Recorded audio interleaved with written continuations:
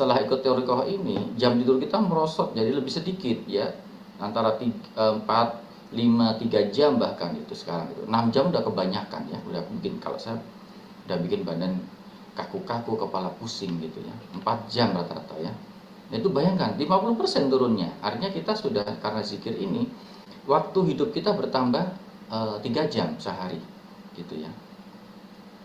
Dan kita sering ya, misalkan bangun malam jam 1, jam 2, kemudian amaliyah malam, setelah sampai menunggu subuh, sampai isra, kemudian tiduran dikit-dikit gitu ya, sampai siang hari beraktivitas, sampai sorenya itu tidur sedikit, itu kuat.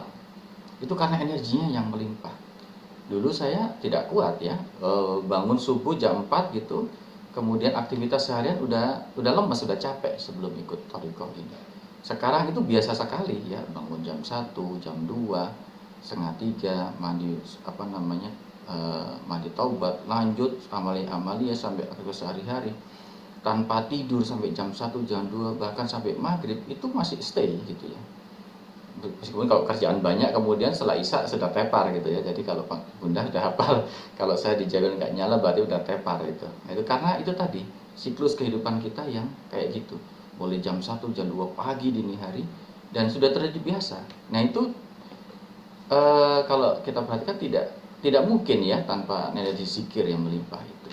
Saya tidak menemukan itu pada penuh hikmat, penuh keseriusan, penuh totalitas, penuh keikhlasan, dengan Ibu Dwi Kartikawati, Ibu Sari Sukmono, Mas David Matumena, dan Profesor Haji Priyatno yang menjadi wasilah semua kita selama sudah lebih dari 5 tahun ini yang berjalan, 3 kali dalam sehari ya, luar biasa. Juga para petugas manakib yang bekerja dengan sangat baik, dan terima kasih juga untuk Ibu Hajah Erna Fujiati sebagai pemangku hajat yang menjadi penyambung pelaksana manakib online ini, sehingga kita bisa berjumpa untuk berbagi kebahagiaan, berbagi rasa syukur pada malam hari ini. Alhamdulillah kita masih di bulan Sya'ban, bulan yang sangat istimewa yang menuju penghujung Ramadan ini.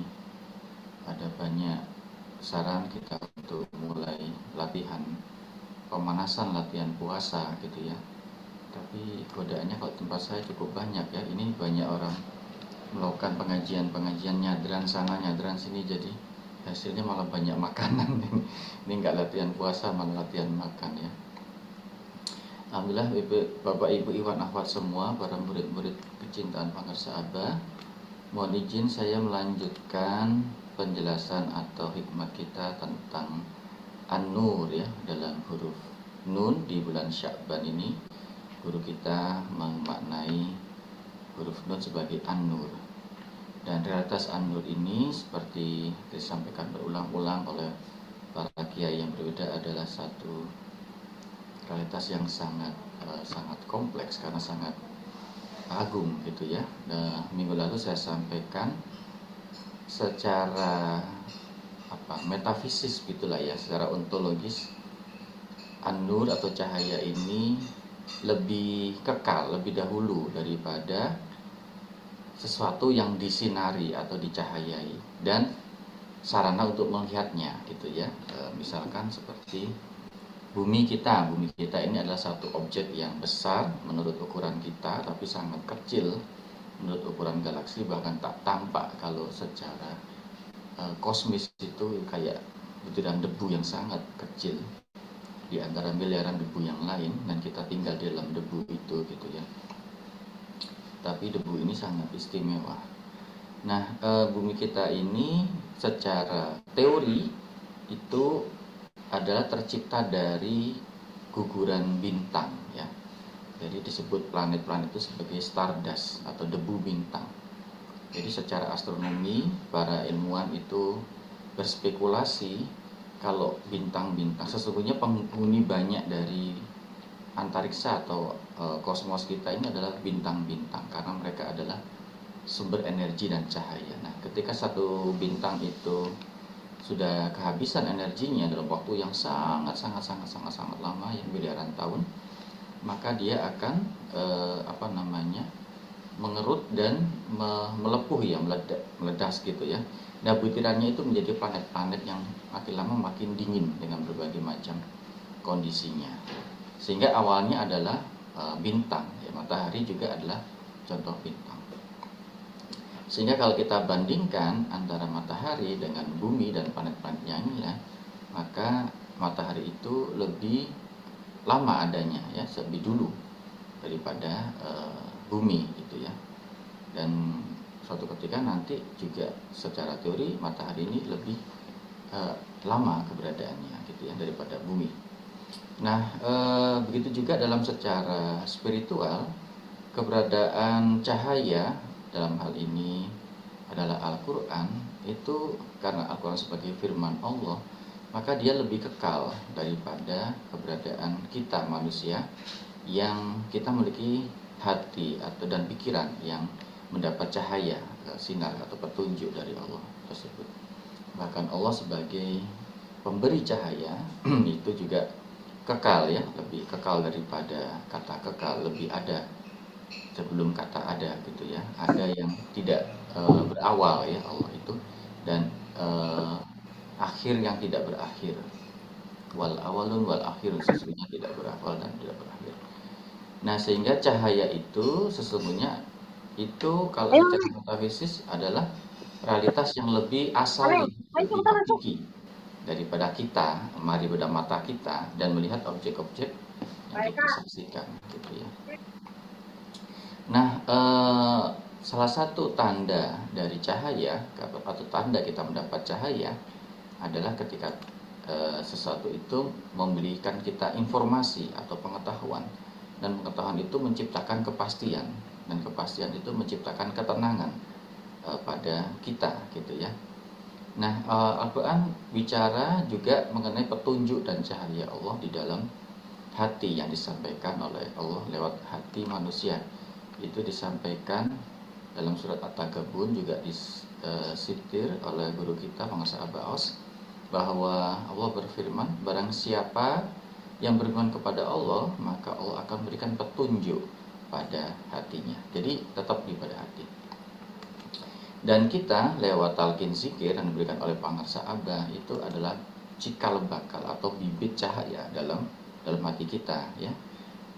Beberapa hari yang lalu Kiai Johnson juga menyebutkan talqin itu menanamkan cahaya An-Nur, nama Allah, ke dalam hati kita. Jadi cahaya ini adalah cahaya hati. Dengan zikir kita menghidupi cahaya itu, membuatnya semakin terang dan menjadi petunjuk di dalam hati kita. Jadi sesungguhnya ini bisa menjadi ukuran bagi kita ya, bahwa hati ini ketika dia mendapat cahaya, maka dia bisa membantu kita mengenali jalan-jalan kebatilan dengan jalan-jalan yang hak. Kita diberikan sensor atau rasa aktivitas-aktivitas atau hal-hal yang itu mendekatkan kita kepada Allah, dan hal-hal yang menjauhkan kita dari Allah, hal-hal yang mengotori pikiran, perasaan, kemauan kita, dan hal-hal yang membersihkan hati kita dari kotoran-kotoran. Itu hati kita yang tahu. Dan akal kita, tindakan kita, tubuh kita itu bekerja menurut hati itu. Itulah kenapa zikir ini sangat fundamental, karena dengan zikir inilah cahaya dalam hati kita itu menjadi menyala ya, bercahaya. Dan saya sering berulang-ulang mendapat penjelasan menurut di dalam ajaran sabda Pengarsa Abah Anom, salah satu amaliyah yang secara spesifik menghidupkan cahaya dalam hati itu adalah khotaman itu ya. Jadi jangan sampai ketinggalan khotaman itu. Kalau secara standar kita menjalankan amaliyah, kita menjalankan khotaman sekurangnya 2 kali di dalam sehari gitu ya. Nah, saya termasuk yang kurang istiqomah, paling enggak sekali 2 kali gitu ya. Nah, zikir itu memberikan bahan bakar ya terhadap cahaya itu. Nah, itu realitas cahaya. Jadi dia memberikan keterangan, hikmah, pengetahuan kepastian ya, dan akhirnya kebahagiaan. Nah, jadi hati kita kalau mendapatkan seperti itu berarti cahayanya bersinar. Kalau hati kita tidak bisa membedakan mana yang benar dan mana yang salah, mana yang mendekatkan kita pada Allah, mana yang membuat kita dekat sama pengarsa abah atau tidak, itu berarti ada kotoran yang masih nempel itu ya. Nah, kalau kita masih bingung, masih ragu-ragu, ragu-raguan itu adalah tanda adanya kotoran dalam hati kita, sehingga kita sebenarnya ya solusinya cuma satu gitu ya, mengencangkan zikirnya sehingga kotoran itu tersingkir gitu, dan kita menjadi lebih yakin, lebih pasti, lebih terang ya, mengikuti pengarsa abah. Sederhana saja sebenarnya. Nah, ada hal lain yang juga sangat fundamental ya di dalam cahaya itu, ikhwan akhwat sekalian, bahwa kalau kita perhatikan secara fisiknya cahaya matahari sebagai sumber cahaya yang utama di bumi ini, matahari itu bukan cuma memberikan terang dalam siang hari sehingga kita bisa melihat dan bisa memperhatikan objek-objek untuk keselamatan dan aktivitas kita. Tapi matahari juga adalah sumber energi, gitu ya. Nah, misalkan dengan beras yang kita makan, jagung yang kita makan itu hanya bisa hidup, bisa tumbuh kalau ada sinar matahari, ada fotosintesis yang berlaku dari daun-daun, kemudian terjadi produksi bahan-bahan panganan yang bersifat mentah nabati dalam bahan-bahan tumbuhan-tumbuhan, kemudian dikonsumsi oleh makhluk seperti sapi, seperti kambing, seperti ayam, lewat seperti kita juga gitu ya. Kemudian tercipta siklus makanan, tapi akarnya semua ada di tumbuhan-tumbuhan yang menyerap energi matahari. Kita juga secara fisik membutuhkan matahari, tubuh kita membutuhkan hangat ya. Kalau tidak ada matahari, bumi itu membeku gitu ya, tidak ada kehidupan. Jadi cahaya ini bukan hanya sumber informasi atau sumber pengetahuan dan sumber hikmah, tapi juga sumber kehidupan. Ya, tanpa matahari, matahari itu berkurang aja cahayanya atau bumi itu bergeser aja lebih dingin misalkan, itu kehidupan akan berkurang. Ya. Juga di bumi kita ada daerah-daerah yang asupan akses matahari di kutub utara dan kutub selatan itu spesies yang tinggal di sana tidak banyak ya, sangat sedikit. Ini misalkan terjadi gelombang salju di beberapa tempat ya, di Amerika, di Rusia, di Jepang sekarang dilanda, itu banyak kehidupan yang berhenti gitu ya, yang tersendat oleh rasa dingin, tidak adanya energi. Sebaliknya, kalau kita perhatikan di Indonesia ini ya, di mana titik khatulistiwa itu matahari paling panas, itu spesies namanya spesies tanaman, hutan dan hewan ya, fauna itu sangat beragam. Ya, di hutan-hutan tropis di Indonesia, di Amazon, di Asia, di India itu yang paling kaya, paling banyak spesies-spesies kehidupan ya, tanaman, hewan. Sehingga itu menunjukkan betapa sinar matahari itu memungkinkan banyaknya kehidupan. Nah, itu secara fisik gitu ya. Nah, demikian juga secara spiritual, cahaya spiritual yang Allah berikan kepada kita manusia lewat hati itu juga bukan hanya sumber informasi, sumber pengetahuan, sumber hikmah, tapi juga sumber energi ya.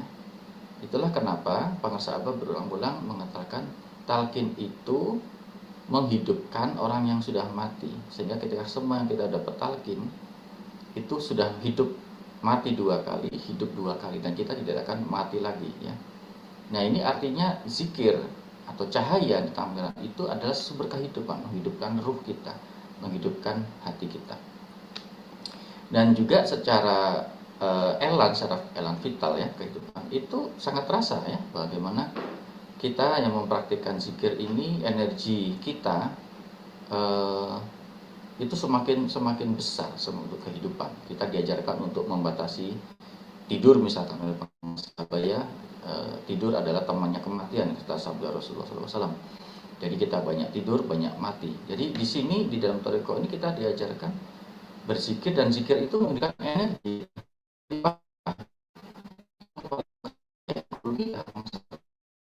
Pengusaha Abawas itu hampir tidak pernah tidur.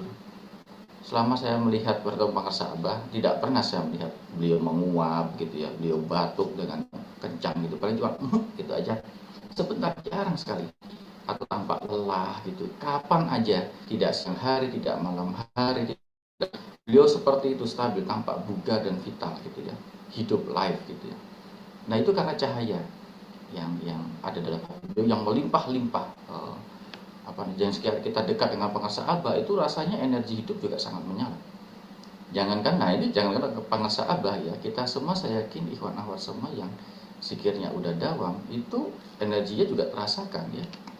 Saya pribadi juga misalkan dulu sebelum ikut Pangarsa Abah itu mungkin jam tidur kita panjang ya, jam tidur saya pribadi 7 jam sampai 8 jam sehari itu. Menurut teori kesehatan itu normal ya, sepertiga waktu kita sehari itu 8 jam itu tidur yang normal, yang sehat katanya teori kesehatan.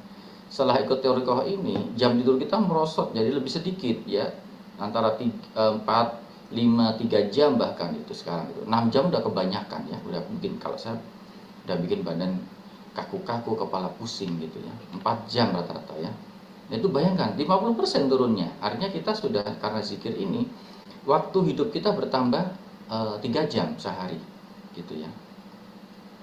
Dan kita sering ya, misalkan bangun malam jam 1, jam 2, kemudian amaliyah malam, setelah sampai menunggu subuh, sampai isrok, kemudian tiduran dikit-dikit gitu ya, sampai siang hari beraktivitas, sampai sorenya itu tidur sedikit itu kuat.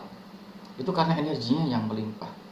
Dulu saya tidak kuat ya, bangun subuh jam 4 gitu, kemudian aktivitas seharian udah lemas, sudah capek sebelum ikut thariqah ini. Sekarang itu biasa sekali ya, bangun jam 1, jam 2, setengah 3, mandi apa namanya, mandi taubat, lanjut amalia sampai aktivitas sehari-hari tanpa tidur sampai jam 1, jam 2, bahkan sampai maghrib itu masih stay gitu ya. Meskipun kalau kerjaan banyak kemudian setelah isya sudah tepar gitu ya. Jadi kalau Bunda sudah hafal, kalau saya dijaga nggak nyala berarti udah tepar gitu. Nah, itu karena itu tadi siklus kehidupan kita yang kayak gitu. Mulai jam 1, jam 2 pagi dini hari dan sudah terjadi biasa. Nah, itu kalau kita perhatikan tidak mungkin ya tanpa energi zikir yang melimpah itu. Ya, saya tidak menemukan itu pada saudara-saudara muslim yang lain bisa seperti itu gitu ya.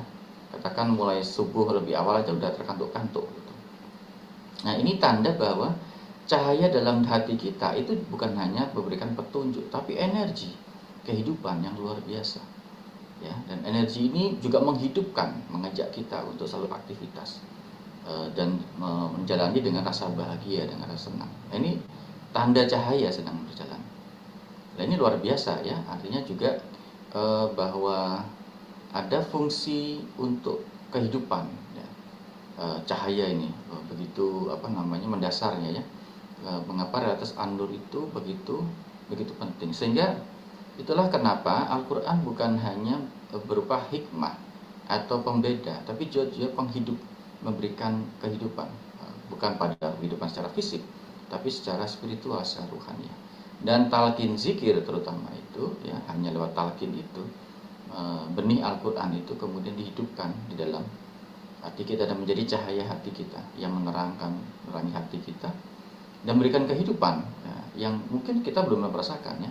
Sudahnya saya pribadi mengalami itu, bahwa ini sesuatu yang luar biasa. Nah, sekarang belakangan ini saya merasakan juga sudah jarang sekali sakit, sudah jarang sekali pusing, sudah mudah sekali lelah, istirahat itu cuma 5 menit, 10 menit itu sudah terbiasa bagi ikhwan-ikhwan kita. Saya ada ikhwan-ikhwan yang energinya melimpah-limpah kayak Kiai Arif itu, wah masya Allah biasa beliau itu ya. Ya, dan saya yakin ikhwan-ikhwan kita seperti itu karena zikirnya pada kuat gitu ya. Itu karena cahaya yang pada hatinya begitu besar sehingga energi kehidupan itu begitu kuat gitu ya. Meskipun ya kita masih jauh ya dari Pangarsa Abah, sudah tidak terkejar, tapi bahwa kita sudah sampai bahwa jam kehidupan kita itu 4-5 jam lebih lama dari orang-orang yang lain, itu sudah luar biasa ya. Dan kita semua tambah sehat gitu ya, nggak tambah sakit-sakitan misalkan. Nah, ini menunjukkan betapa mendasarnya cahaya itu, bukan hanya memberikan informasi atau pengetahuan tapi juga memberikan kehidupan. Ini sebenarnya ada topik lain yang mau saya sambung tentang cahaya-cahaya palsu, tapi nanti waktunya nggak cukup ya, mungkin lain kali aja. Di dalam realitas kehidupan kita sekarang itu, kita ini sekarang diselimuti begitu banyak cahaya-cahaya yang palsu ya, yang Al-Quran sebenarnya menggambarkan di surat An-Nur itu, ini sedikit aja ya, di mana Allah mengingatkan kita. Surat An-Nur ayat 39 ya, yang dikutip juga oleh pengarsa Abah. Dan orang-orang yang kafir, perbuatan mereka seperti fata morgana di tanah yang datar, yang disangka air oleh orang-orang yang dahaga, tetapi apabila didatangi itu tidak ada apapun dan didapati ketetapan Allah baginya. Lalu Allah memberikan kepadanya perhitungan amal-amal dengan sempurna, dan Allah sangat cepat dalam memberikan perhitungan. Nah, di dalam ayat ini ada kata menarik, yaitu fata morgana dan air yang disangka itu ada, tapi tidak ada. Jadi ini ada konteks kepalsuan ya, kesementaraan, kebohongan dalam realitas yang kita hadapi sekarang. Nah, ini kemarin atau tadi pagi ya, tadi pagi ini ikhwan kita Brother Charles di Amerika itu share kepada saya. Brother Charles hadir nggak?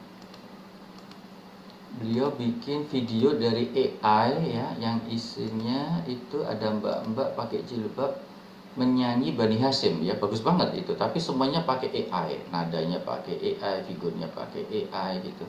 Nah, AI ini sangat bagus ya untuk kata seperti itu, tapi mengerikan juga karena kita kemudian nanti tidak bisa membedakan ini beneran apa enggak, ini atas palsu apa enggak. Nah, ini sebenarnya tanda-tanda cahaya palsu itu tadi, dimana nanti kita udah nggak bisa membedakan antara yang sejati sama yang palsu, ada yang real sama yang fantasi gitu ya. Dan dunia kita menuju ke sana ini, menuju kepada kebohongan yang total gitu ya, kegelapan di atas kegelapan sebenarnya digambarkan dalam Al-Quran surat An-Nur. Nah, kita akan bahas lagi, mudah-mudahan ada kesempatan untuk membahas soal kegelapan yang berlapis-lapis ini ya. Semoga Allah memberkahi semuanya sekalinya selamanya. Bi barakati pengarsa Abbas Al-Fatihah. A'udzubillahi minasyaitonirrajim. Bismillahirrahmanirrahim. Alhamdulillahirabbil alamin arrahmanirrahim maliki yaumiddin. Iyyaka na'budu wa iyyaka nasta'in ihdinas siratal mustaqim siratal ladzina an'amta 'alaihim ghairil maghdubi 'alaihim waladdallin. Amin. Lebihnya mohon maaf. Assalamualaikum warahmatullahi wabarakatuh. Terima kasih Ustaz Suyatno.